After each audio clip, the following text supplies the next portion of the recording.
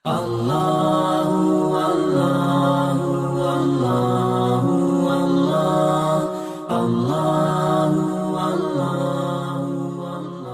কি আমাদের এলাকার যে ইব্রাহিম আছে এই ইব্রাহিমের নামে এই সূরাটা? এটা কোন ইব্রাহিম? জানতে ইচ্ছে করে না? জানতে ইচ্ছে করে তো? এমন এক ব্যক্তির নাম ছিলেন ইব্রাহিম, যে ব্যক্তির নামটা আমাদের সকলের মুখস্থ আছে, তার সাথে আমাদের একটা রিলেশনও আছে, একটা সম্পর্কও আছে, আছে না? একটা সম্পর্ক আছে। এটা কি জানেন এই সম্পর্কটা কি? সেই সম্পর্কটা হলো ফাদার এন্ড সান। একজন হলেন পিতা আর আমরা হলাম সন্তান। এই সবাই না, পাইকারি সবাই ওনার সন্তান না। সন্তান হওয়ার জন্য একটা নিয়ম লাগবে, একটা নীতিমালা লাগবে। সেই নীতিমালার ভিতরে ঢুকতে পারলে আমরা তার সন্তান হতে পারবো। আর যদি নীতিমালার ভিতরে ঢুকতে না পারি, তার সন্তান বলে আমরা দাবি করতে পারবো না। তিনি আমাদেরকে সন্তান বলে স্বীকার করবেন না। এখন কাদেরকে সন্তান বলে স্বীকার করবেন, কারা ওনার সন্তান হতে পারবে, এটা জানা দরকার আছে না নাই? আসুন দেখি কোরআনে কারীমের মধ্যে এই ব্যাপারে আল্লাহ রাব্বুল আলামিন বলেছেন, মিল্লাত আবিকুম ইব্রাহিম ওয়া সাম্মাকুমুল মুসলিমিন। আল্লাহ রাব্বুল আলামিন বলছেন যে জাতিটার নাম মুসলিম, মুসলিম জাতির পিতার নাম হলো ইব্রাহিম। ওয়া সাম্মাকুমুল মুসলিমিন, মুসলমান যারা হবে। আমি আজকে কি বলছিলাম কথাটা, যে আমাদের কি হতে হবে? মুসলমান হতে হবে। আমরা মুসলমান হতে চাই। যারা মুসলমান হবে, ওই মুসলমানদের জাতির পিতার নাম কি? ইব্রাহিম। আমাদের তো একটা জাতির পিতা আছে, আমাদের দেশে আছে না একটা? আমাদের দেশে একটা জাতির পিতা আছে না? এই জাতির পিতা কি ওই পিতা? এটা বলে এই জাতির পিতা কি ওই পিতা? বর্তমানে বাংলাদেশে যে জাতির পিতা আছে, এই ব্যাপারে কোরআন শরীফে আছে নাকি? কি বলেন, সে যে জাতির পিতা এই ব্যাপারে আছে? আমরা ওনাকে ছোট করবো না, উনি অনেক বড়। কিন্তু এজন্য যেখানে জায়গা থেকে অন্য জায়গায় নিয়ে কথা বলা যাবে না, জায়গাতে রাখতে হবে। পিতাকে পিতার জায়গায় রাখলেই সম্মান হয়, মাকে মায়ের জায়গায় রাখলেই সম্মান হয়, বউকে বউর জায়গায় রাখলেই সম্মান হয়। এমনি ভাবে প্রতিটা মানুষ যার যার জায়গায় রাখলেই সম্মান হয়, অন্যের জায়গায় দিলে সম্মান বাড়ে না। কথা বলেন ঠিক না? ইব্রাহিম আলাইহিস সালাম আমাদের জাতির পিতা। এটা কোন জাতির পিতা? মুসলিম জাতির পিতা। মুসলিম যেখানে থাকবে সেই ব্যক্তির পিতা হবে হযরত ইব্রাহিম আলাইহিস সালাম। এবার আমরা জেনে নেই পিতা মোট কয়জন? চারজন। বলেন কয়জন? একজন হলেন আদি পিতা, আর একজন হলেন জাতির পিতা, আর একজন হলেন জন্মদাতা পিতা। এবার প্রশ্ন, আরেকজন কে? এই প্রশ্ন জাগে না? এটা কে? কারণ বুঝতে শুরু করেছেন আপনারা মনে মনে, সেটা জানি কে? সেটা হলেন আমাদের প্রিয় নবী জনাবে মুহাম্মদ রাসূলুল্লাহ সাল্লাল্লাহু আলাইহি ওয়াসাল্লাম। তিনি হলেন আমাদের সকলের রূহানি পিতা। আওয়াজ করে বলেন আল্লাহু আকবার। আল্লাহু আকবার। মিয়া সাহেব, এখন আমরা এই চারজন পিতার বাইরে আর কোনো পিতা ধরা যাবে না। এরপরে যদি কেউ কাউকে পিতা বলে, তাহলে এটা সওয়াব না হয়ে গুনাহ হবে। কি হবে? বলেন কি হবে? গুনাহ হবে। তাই আমরা এই চারজনকেই পিতা বলবো। ইব্রাহিম আলাইহিস সালামের নামে এই সূরাটা ইব্রাহিম আলাইহিস সালামের নামে নামকরণ করা হয়েছে। কিন্তু এজন্য যে এই সূরাটার মধ্যে ইব্রাহিম আলাইহিস সালামের ঘটনা বা কিচ্ছা বর্ণনা করা হয়েছে, ব্যাপারটা এমন না। এটা ইব্রাহিম আলাইহিস সালামের কিচ্ছা দিয়ে শেষ করা হয়নি, এটার মধ্যে বিভিন্ন বিষয়ের আলোচনা করা হয়েছে। তো আজকে আমি এই সূরাটার প্রথম থেকে একটু আলোচনা করব। আল্লাহ যেন তৌফিক দান করেন, সকলে বলেন আমিন। নিরিবিলি পরিবেশের প্রয়োজন, আশেপাশে যেন আওয়াজ না হয়, এদিকে একটু খেয়াল রাখতে হবে। আর কারোর উপরে কোনো রকমের আঘাত করা যাবে না, কাউকে কোনো ধমকি টমকি দেওয়া দরকার নেই। আস্তে করে স্বাধীনতার সাথে থামিয়ে দিতে হবে। আল্লাহ আমাদেরকে তৌফিক দান করে, সকলে বলেন আমিন। আল্লাহ রাব্বুল আলামিনের কাছে সাহায্য কামনা করছি। আল্লাহ যেন আমাদের সকলকে বুঝার এবং বুঝাবার তৌফিক দেয়। আজকের মাহফিলের জন্য আল্লাহ বরকত করে দেয়, সকলে বলেন আমিন। এবার শুরু করতে যাচ্ছি, সকলে মনোযোগ দিয়ে আমার সাথে সাথে পড়েন। أعوذ بالله من الشيطان الرجيم. بسم الله الرحمن الرحيم. ألف لام را. كتاب أنزلناه إليك لتخرج الناس من الظلمات إلى النور بإذن ربهم إلى صراط العزيز الحميد. বিতাড়িত শয়তানের হাত থেকে আল্লাহর কাছে আশ্রয় প্রার্থনা করছি। দাতা দয়ালু পরম করুণাময় আল্লাহ আমি শুরু করছি।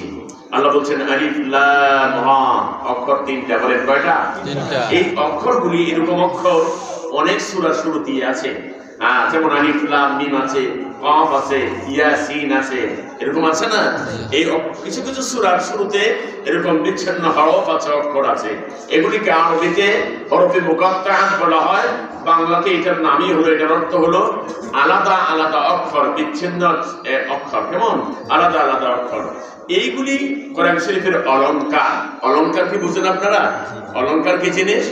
অলংকার আপনারা যখন বিয়ে করাতে যান, মেয়েদেরকে বিয়ে দিতে যান, বিয়ে দিতে গেলে অলংকার দেননি? অলংকার এখন চিনছেন? অলংকার কি জিনিস? অলংকার কি দেন? কানের জিনিস দেন, নাকের জিনিস দেন, গলার জিনিস দেন, হাতের জিনিস দেন, স্বর্ণ দেন, রূপা দেন, এটা সেটা দেন। এই জিনিসগুলি কি? এই জিনিসগুলি হলো অলংকার। এগুলি কেন দিয়েছেন? তার সৌন্দর্য বৃদ্ধি করার জন্য। কথা বলে ঠিক কিনা? তার সৌন্দর্য বৃদ্ধি করার জন্য আপনি অলংকার দিয়েছেন। আল্লাহ রাব্বুল আলামিনের হাবিব বলেছেন কোরআনে কারীমের অলংকার হলো এই সূরাগুলির প্রথম দিয়ে যে অক্ষরগুলি আছে, এগুলি দিয়ে আল্লাহ রাব্বুল আলামিন কোরআনে কারীমের সৌন্দর্য বৃদ্ধি করেছেন। আওয়াজ করে বলেন সুবহানাল্লাহ। সুবহানাল্লাহ। এগুলির অর্থ এবং ব্যাখ্যার ব্যাপারে আমাদের নাক গলাবার কোনো প্রয়োজন নাই। এগুলি আল্লাহ জানেন, আর যার উপরে নাযিল করেছেন বিশ্ব নবীর উপরে তিনিই জানেন। এজন্য আল্লাহ রাব্বুল আলামিন এগুলির ব্যাপারে বলে, এই মুফাসসিরিন কিরাম এগুলির ব্যাপারে বলে দিয়েছেন ওয়াল্লাহু আ'লামু বিমুরাদিহি, এগুলির অর্থ আল্লাহ পাকই জানেন। আসলে এগুলি নিয়ে আমরা কথা বলবো না। এরপরে যে কথাগুলি আমাদের বোঝা প্রয়োজন, জানা প্রয়োজন, সেগুলো হলো কি? আল্লাহ পাক বলছেন কিতাব। এটার নাম কি? সবাই বলেন এটার নাম কি? কোরআনকে ইন্ডিকেট করে, কোরআনের দিকে ইশারা করে আল্লাহ পাক বলছেন কিতাব। এটা একটা কিতাব। This is the book. এটা একটা কিতাব। এই কিতাব নাযিল করেছেন কে? আল্লাহ। জোরে বলেন কে নাযিল করেছেন? আল্লাহ। এটা এমন একটা কিতাব, দুনিয়ার সকল কিতাবের মধ্যে ভুল আছে না নাই? আছে। আওয়াজ করে বলেন আছে। এই কোরআনেও তো ভুল আছে নাকি? না। একটু জোরে বলতে হবে, কোরআনে কি ভুল আছে? না। দুনিয়ার যত মানুষ যত বই লিখছে, কিতাব লিখেছে, পুস্তক লিখেছে, ওই পুস্তকের মধ্যে ভুল আছে, আছে না? কবির কবিতার মধ্যে ভুল হতে পারে, সাহিত্যিকের সাহিত্যের মধ্যে ভুল হতে পারে, ঐতিহাসিকের ইতিহাসের মধ্যে ভুল হতে পারে। যত কিছুই হোক না কেন, সকল কিছুর মধ্যে কিছু না কিছু ভুল হতে পারে। এবার আপনারা আওয়াজ করে বলেন কোরআনের মধ্যে কয়টা ভুল আছে? আরো জোরে বলেন।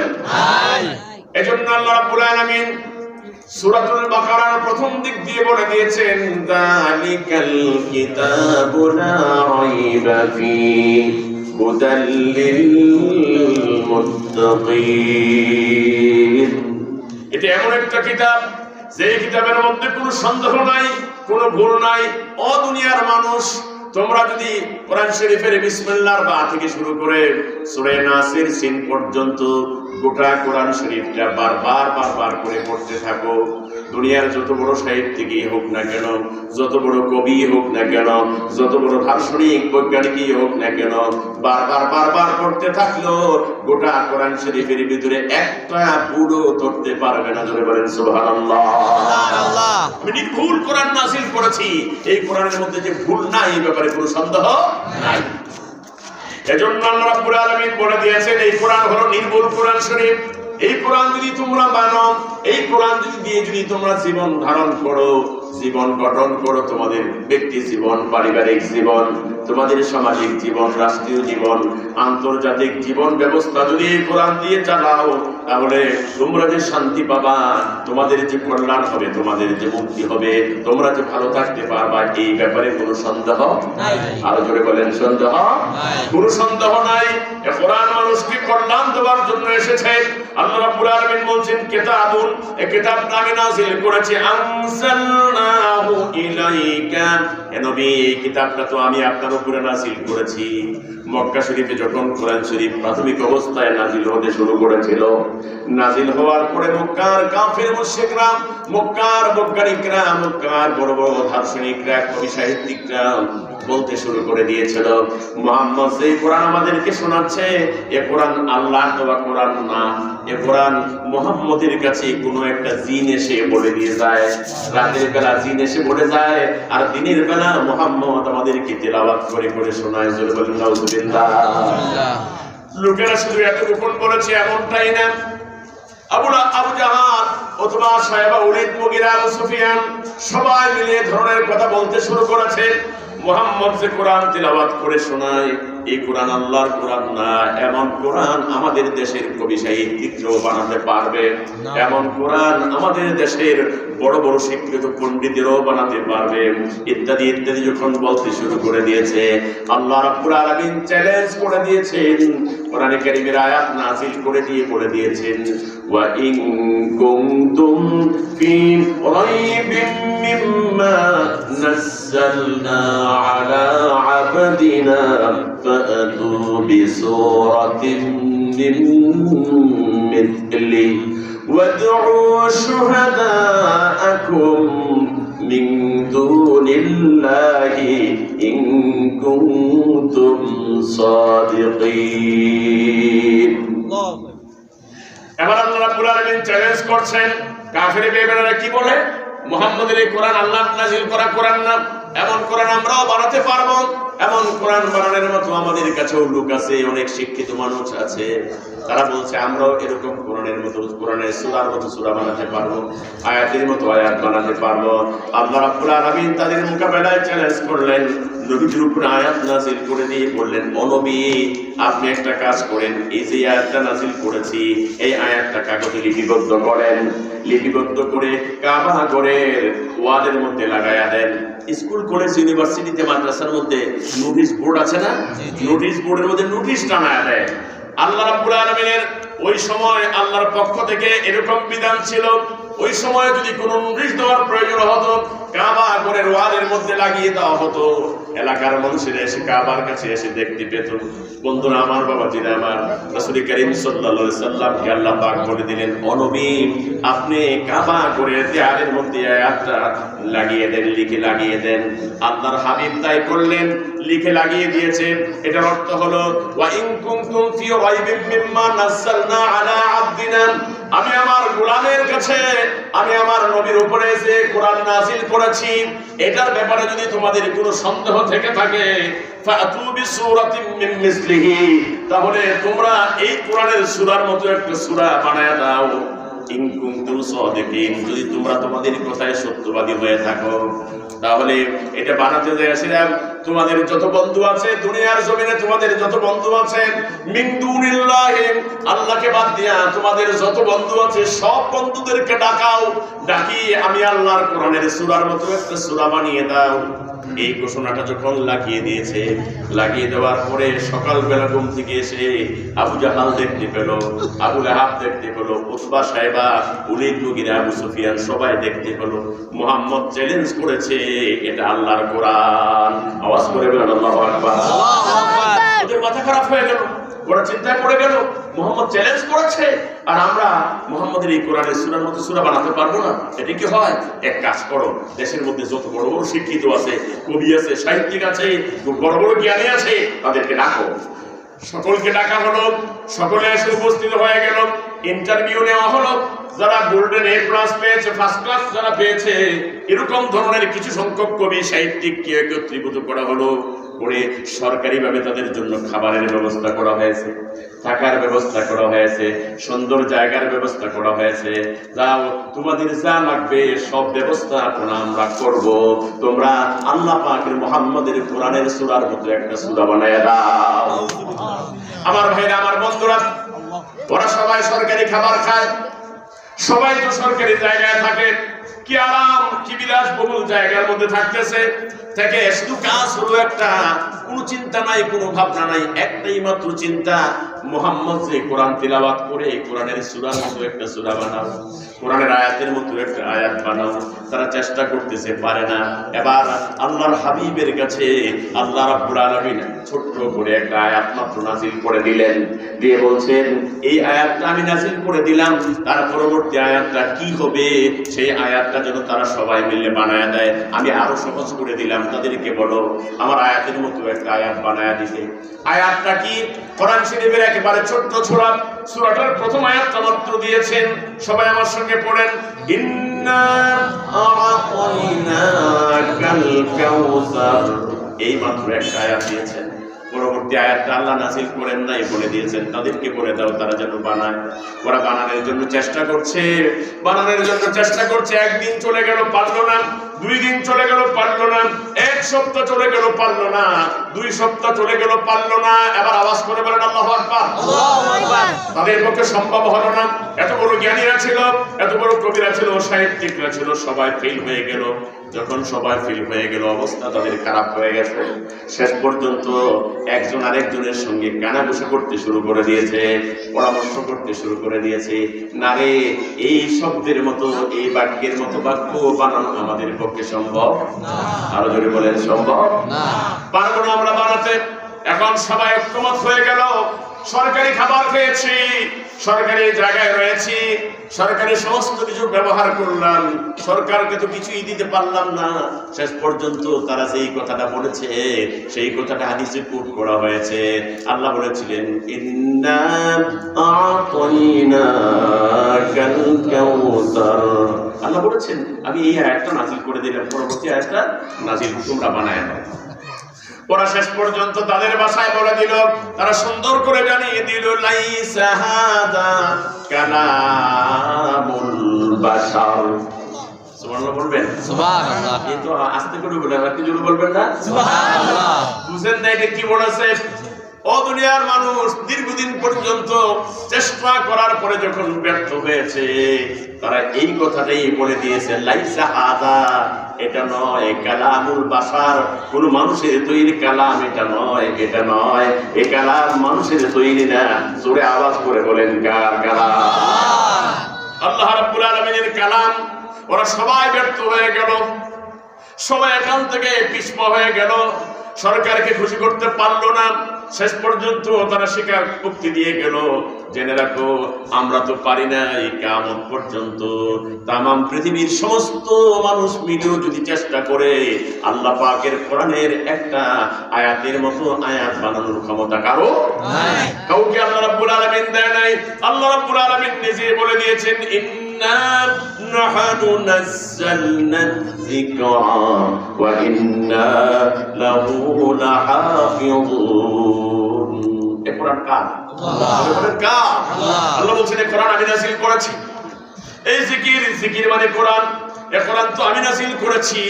দুনিয়ার মানুষ জেনে রাখো, এই কোরআনের হেফাজতের দায়িত্ব আমি নিয়েছি। তামাম পৃথিবীর সবাই মিলে যদি কোরআনকে শেষ করে দিতে চায়, কোরআনকে দুনিয়া থেকে উৎখাত করে দিতে চায়, কোরআন নষ্ট হবে না, কোরআন ধ্বংস হবে না, যে যাবে সে ধ্বংস হয়ে যাবে। কথা বলেন ঠিক কিনা? দেখেছেন না কিছুদিন আগে বাংলাদেশের একজন প্রতিমন্ত্রী কি বলছিল? আমি রাষ্ট্র ধর্ম ইসলাম মানি না বলছিল না? বলছিল আমি রাষ্ট্র ধর্ম ইসলাম মানি না। এবার তার অবস্থা ভালো হয়েছে না খারাপ হয়েছে? জোরে করে না কে? খারাপ হয়েছে। খারাপ করেছেন কে? আপনারা বলেন যদি কি কোরআনের মালিক কে? ইসলামের মালিক কে? আল্লাহর ধর্ম ইসলাম। আল্লাহর ধর্ম ইসলাম নিয়ে খেলা করো না। আল্লাহর ধর্ম ইসলামের বিরুদ্ধে কথা বলে কেউ টিকতে পারে নাই। ফেরাউন টিকতে পারলো না, নমরুদ টিকতে পারলো না, আদ জাতি টিকতে পারলো না, সামুদ জাতি টিকতে পারলো না, আবু জাহাল টিকতে পারলো না, উতবা সাহেব ওলিদ মুগিরা টিকতে পারলো না। তুমি টাকলা বুঝি টিকতে পারবা? কথা বলেন টিকে যাবে নাকি? টাকলা টিকতে পারবে না, কোন নাস্তিক টিকতে পারবে না, কোন বেঈমান, কোন কাফের, কোন মুশরিক আল্লাহর কোরআনের বিরুদ্ধে কথা বলে টিকতে পারবে না। কথা বলেন ঠিক না? আমার ভাইরা, আমার বন্ধুরা, সুতরাং হুঁশিয়ার হয়ে যান, সাবধান হয়ে যাওয়া প্রয়োজন। আমরা যেন কোরআনের বিরুদ্ধে কোনো কথা না বলি, ইসলামের বিরুদ্ধে যেন কথা না বলি। ইসলাম এবং কোরআনের মালিক কে? আল্লাহ রাব্বুল ইজ্জত ওয়াল জালাল বলে দিয়েছেন, কিতাবুন আনসালনাহু ইলাইকা লিতুখরিজান নাসা মিনাজ যুলুমাতি ইলান নূর। এই কিতাব আনসালনাহু ইলাইকা, আমি আপনার উপরে নাযিল করেছি। এই কিতাবটা আমি আপনাকে দিয়েছি। এই কিতাব কি জন্য দিয়েছি? এবার আল্লাহ রাব্বুল আলামিন বলছেন এই কিতাব দেওয়ার অর্থটা কি, কেন আমি এই কোরআন শরীফটাকে নাযিল করলাম। নবীজির উপরে একদিনে নয়, 2 দিনে নয়, 23 বছর লাগিয়ে গোটা কোরআন শরীফ আল্লাহ পাক নাযিল করেছেন। সুবহানাল্লাহ। কয় বছর লাগছে? কয় বছর? 23টা বছর লেগেছে। হযরত জিবরাইল আলাইহিস সালাম বিশ্ব নবীর কাছে 24,000 বার আসছে। আল্লাহ পাক বলে রাখেন হযরত জিবরাইল আলাইহিস সালাম 24,000 বার বিশ্ব নবীর কাছে এসেছেন। ও বন্ধুরা আমার, 23 বছর লাগিয়ে আল্লাহ পাক কোরআন নাযিল করেছেন। কি জন্য এই কোরআন দিলেন? এই কোরআন কত বড় নিয়ামত। আল্লাহ রাব্বুল আলামিনের নবীর একটা হাদিস আপনাদেরকে শোনায় দেই। বিশ্ব নবী জনাবে মুহাম্মদুর রাসূলুল্লাহ, সবাই বলেন সাল্লাল্লাহু আলাইহি ওয়াসাল্লাম। আল্লাহর হাবিব বলেছেন, আল্লাহ রাব্বুল আলামিন সমস্ত নবী পয়গম্বরদেরকে মুজিজা দিয়েছিলেন। সকল নবীদের কাছে মুজিজা ছিল, আমি নবীর কাছেও আল্লাহ পাক মুজিজা দিয়েছেন। আমাকে অনেকগুলি মুজিজা দিয়েছেন, তবে সকল নবীদেরকে যতগুলি মুজিজা দিয়েছেন এই সবগুলি মুজিজা আমি নবীকে একা দিয়েছেন। সুবহানাল্লাহ বলেন। সুবহানাল্লাহ। তাহলে আমাদের নবীর দাম বেশি না কম? বেশি। আরো জোরে বলেন, বেশি না কম? বেশি। নবী বলছেন আমাকে সবগুলি মুজিজা দেওয়া হয়েছে, এরপরে অতিরিক্ত আরো কিছু মুজিজা দেওয়া হয়েছে, যেই মুজিজাগুলি অন্য কোন নবীকে, অন্য কোন পয়গম্বরকে আল্লাহ রাব্বুল আলামিন দেন নাই। এত মুজিজা নবীকে দিয়েছেন। বিশ্ব নবী বলেন, শুনে রাখো, সবগুলি মুজিজার মধ্যে আল্লাহ রাব্বুল আলামিন সবচেয়ে বড় মুজিজা আমাকে যেটা দিয়েছেন সেটা হলো আমি নবীর উপরে 30 পারা কোরআন নাযিল করেছেন। জোরে বলেন সুবহানাল্লাহ। এটা এমন একটা কোরআন, আমি আপনাদের কাছে বলতে চাই, আজকে যদি বাংলাদেশের সবগুলি কোরআনকে আগুন দিয়ে জ্বালিয়ে দেওয়া হয়, অথবা সবগুলি কোরআনকে যদি বঙ্গোপসাগরের মধ্যে ফেলে দেওয়া হয়, এরপরে যদি রাত্রিবেলায় ফেলে দিয়ে যদি সকালবেলা বলা হয় কোরআন যেরকম আল্লাহ নাযিল করেছিলেন সেরকম কোরআন আমাদের সামনে হাজির করে দাও, আপনারা বলেন হাজির হবে কি হবে না? কেমনে হবে? মানুষের সিনার ভিতরে কোরআন আছে না নাই? কিয়ামত পর্যন্ত আল্লাহ রাব্বুল আলামিন এই কোরআনকে সংরক্ষণ করবেন, কোরআন থেকে যাবে। কোরআন পৃথিবী থাকবে, যতদিন কোরআন থাকবে ততদিন পর্যন্ত কোরআন থাকবে। এ কোরআনকে নিশ্চিহ্ন কেউ করতে পারবে না, পারে না অতীতে, বর্তমানেও পারবে না, ভবিষ্যতেও পারবে না। কোরআন ছিল, কোরআন আছে, কোরআন থাকবে। কথা বলেন ঠিক কিনা? আল্লাহ রাব্বুল আলামিন বলছেন কোরআন কি জন্য নাযিল করেছে শুনো। আল্লাহ পাক বলছেন, আমি আল্লাহ রাব্বুল আলামিন কোরআন নাযিল করেছি এজন্য লিতুখরিজান নাসা মিনাজ যুলুমাতি ইলান নূর। কোরআন দিয়া মানুষগুলিকে অন্ধকার থেকে বের করে আলোর পথে আনবেন। কথা কি বুঝতেছেন? কোনো অসুবিধা হয় না তো? মনোযোগ খুব খেয়াল দিতে হবে। আমি আল্লাহ রাব্বুল আলামিন কোরআন দিয়েছি এজন্য, নবী আপনার দায়িত্ব হলে কোরআনের দাওয়াত দিবেন মানুষের কাছে। কোরআনের দাওয়াত যদি মানুষের কাছে দেন, তাইলে মানুষগুলি কোরআনের মাধ্যমে বেরিয়ে আসবে অন্ধকার থেকে, আলোর পথ পাবে। কোরআন দিয়ে আলোর পথ পাওয়া যাবে। কথা বলেন ঠিক কিনা? আজকে এখানে কথা বলতে হবে এবং বুঝতে হবে, কোরআন ছাড়া আলোর পথ পাওয়া যাওয়া মোটেই সম্ভব নয়। এইখানে আলো আর অন্ধকার দিয়ে কি বুঝেছেন?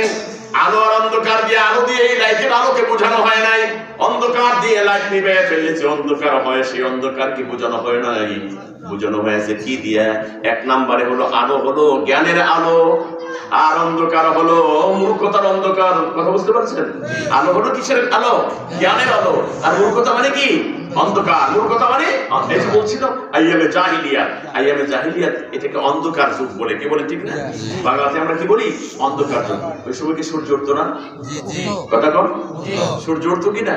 সূর্য আকাশে উঠতো, চন্দ্র উঠতো, দিন হতো, রাত হতো, কিন্তু যুগটাকে কেন বলা হয় আইয়ামে জাহিলিয়াত? অন্ধকার যুগ কেন বলা হয়? ওই সময় ভালো জ্ঞানী ছিল না, ওহির জ্ঞান তাদের কাছে ছিল না, আল্লাহকে তারা চিনতো না, সঠিক রাস্তা তাদের কাছে জানা ছিল না।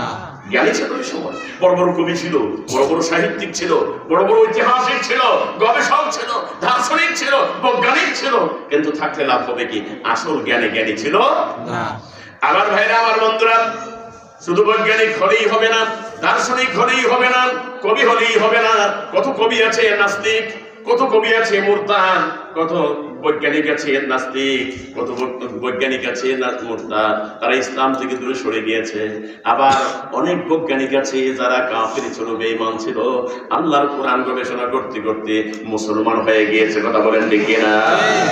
তাহলে ওরা আলোর পথ পেয়েছে কোরআনের মাধ্যমে। আর আমাদের দেশের অনেক বড় বড় জ্ঞানীরা আছে, তারা কোরআনকে ছেড়ে দিয়ে অন্য পথে দিয়ে তারা অন্ধকারের ভিতরে নিমজ্জিত হয়ে গিয়েছে। আল্লাহ রাব্বুল আলামিন বলছেন, ও নবী, আপনার উপরে আমি কোরআনটা কেন নাযিল করেছি শুনুন। এ কোরআন আপনার উপরে দেওয়ার পেছনে কারণ হলো এ কোরআন দিয়ে আপনি মানুষদেরকে ডেকে বের করে আনবেন অন্ধকার থেকে, আলোর পথ দেখাবেন। এক নাম্বার হলো তাদেরকে মূর্খতার অন্ধকার থেকে জ্ঞানের আলোর পথে আনবেন। দুই নাম্বারে হলো জাহান্নামের পথ থেকে, অন্ধকার থেকে বের করে জান্নাতের পথে তাদেরকে ঢোকায়া দিবেন। বলেন সুবহানাল্লাহ। আল্লাহ রাব্বুল আলামিন বলছেন লিতুখরিজান নাসা মিনাজ যুলুমাতি ইলান নূর, তাদেরকে অন্ধকার থেকে বের করেন আলোর পথ দেখাবেন। এখন আপনাদের কাছে জানতে চাই, বর্তমানে বাংলাদেশে অন্ধকার আছে না নাই? আরো জোরে বলেন, অন্ধকার আছে না নাই? শিক্ষা হচ্ছে, যদি আমরা প্রথমেই তাকায় দেখি, তাইলে স্কুল কলেজ ইউনিভার্সিটির দিকে যদি আমরা তাকালে দেখতে পাই সেখানে কোরআনের আলো কি আছে নাকি? জোরে বলেন, আছে নাকি? কোরআনের আলো নাই। ছেলেরা লেখাপড়া করে শিক্ষিত হচ্ছে, কিন্তু দিন তাদের কাছে নাই, ইসলাম তাদের কাছে নাই, ইমানের গন্ধ তাদের কাছে নাই। ইল্লা মাশা আল্লাহ, যদি নিজের কারণে নিজের উদ্যোগে যদি ইসলাম গ্রহণ না, ইসলামের পথে না থাকে, যদি নিজের উদ্যোগে ইমানের পথে না থাকে, যদি নিজের উদ্যোগে দ্বীনের পথে না থাকে, তাহলে ওইখানের উদ্যোগ দিয়া ইসলামের পথে থাকা সম্ভব না, ইমানের পথে থাকা সম্ভব না, দ্বীনের পথে থাকা সম্ভব না। তাই আল্লাহ রাব্বুল আলামিন বলেছেন, যদি তোমরা আলো বের করতে চাও, আলোর দিকে মানুষকে আনতে চাও, জাতিকে যদি উন্নত করতে চাও, জাতিকে যদি আলোকিত করতে চাও, জাতিকে যদি জান্নাতি বানাতে চাও, কোরআন লাগাতে হবে। জোরে বলেন, কি লাগাতে হবে? আরো আওয়াজ করে বলেন, কি লাগাতে হবে? আমি আপনাদের কাছে একটা তথ্য দিচ্ছি। বাংলাদেশে এই মাদ্রাসাগুলিতে এবার ঢাকা বিশ্ববিদ্যালয়ে যারা ফার্স্ট হয়েছে, ইন্টারভিউতে যারা অনার্সে ভর্তি হতে যে যারা ফার্স্ট হয়েছে, এর মধ্যে খ বিভাগে মাদ্রাসার ছাত্র, গ বিভাগে মাদ্রাসার ছাত্র, গহ বিভাগে মাদ্রাসার ছাত্র, এভাবে দেখা গেছে অধিকাংশ জায়গার মধ্যে মাদ্রাসার ছাত্র। কথা বলছেন না? আলহামদুলিল্লাহ বলবেন না? মাদ্রাসার ছাত্র। এই মাদ্রাসার ব্যাপারে, যেটার ব্যাপারে আমাদের দেশের বড় বড়রা সব সময় চোখ রাঙ্গা করে তাকায়, সেই জায়গার মধ্যে মাদ্রাসা কোথায় গেল? সবার দিকে আগায় গেছে। আগায় যাওয়ার পরে ইউনিভার্সিটির শিক্ষকরা তারা নিজেরা নিজেদের গায়ে লাগছে, মাদ্রাসা ছাত্র কেমনে হয়, অথচ নাম্বার কিন্তু ওরাই দিছে, ওরাই কিন্তু এই পরীক্ষাটা নিয়েছে। নেওয়ার পরে রেজাল্ট যখন দিয়েছে, দেওয়ার পরে দেখা যায় ছাত্ররা কিসে? মাদ্রাসার ছাত্র। এটার পেছনে কারণ কি জানেন? এখানে একটা বরকত ছিল। সেই বরকতটা কি? বরকতটা হলো তাদের কাছে কোরআন আছে, আছে না নাই? তাদের কাছে কোরআন আছে, তাদের কাছে নবীর সুন্নাহ আছে। নবীর কোরআন, আল্লাহর কোরআন এবং নবীর সুন্নাহ থাকার কারণে তারা যেমন এখানে পাশাপাশি যেমন তারা আরবি শিখে, কোরআন শিখে, হাদিস শিখে, তাদের মধ্যে ইংরেজি আছে না নাই? আছে। সবাই বলেন, ইংরেজি আছে না নাই? আছে। তাদের মধ্যে ইংরেজি আছে। সরকার এখানে ইংরেজি লাগাইছে, লাগানোর কারণে মাশাআল্লাহ অনেক সুন্দর ইংরেজি তারা পারে। আমাদের দেশে তো একজন বক্তা এমনই আছে, যেই বক্তা ওয়াজ করতে গেলে বাংলার সাথে ইংরেজি বেশি বলে। চেনেন আপনারা? সুযোগ নাই, তাকে হয়তো এখন দেশে আসতে দেওয়া হচ্ছে না, বা সে দেশে আসতেছে না। এমন আলহামদুলিল্লাহ, আসবে একদিন এদেশের সন্তান এদেশে আসবে, বলেন ইনশাআল্লাহ। আর সুন্দর করে বলেন ইনশাআল্লাহ। সে মিজানুর রহমান আজহারি আমাদের কলিজার টুকরা, ঠিক না বলেন? মিজানুর রহমান আজহারি আমাদের কলিজার টুকরা, কত সুন্দর করে দিনের কথাগুলি বুঝিয়েছিলেন, কত সুন্দর করে কোরআন বুঝিয়েছেন, সুন্নাহ বুঝিয়েছেন, আর পাশাপাশি ইংরেজি বলতে পেরেছে, কোরআন ইংরেজি দিয়ে বুঝিয়েছে, ইসলামের কথাগুলি ইংরেজি দিয়ে বুঝিয়েছে। পৃথিবীর অন্যান্য দেশের খ্রিস্টানরা, ইহুদিরা পর্যন্ত ইসলাম বুঝে ফেলেছে। বলেন আলহামদুলিল্লাহ।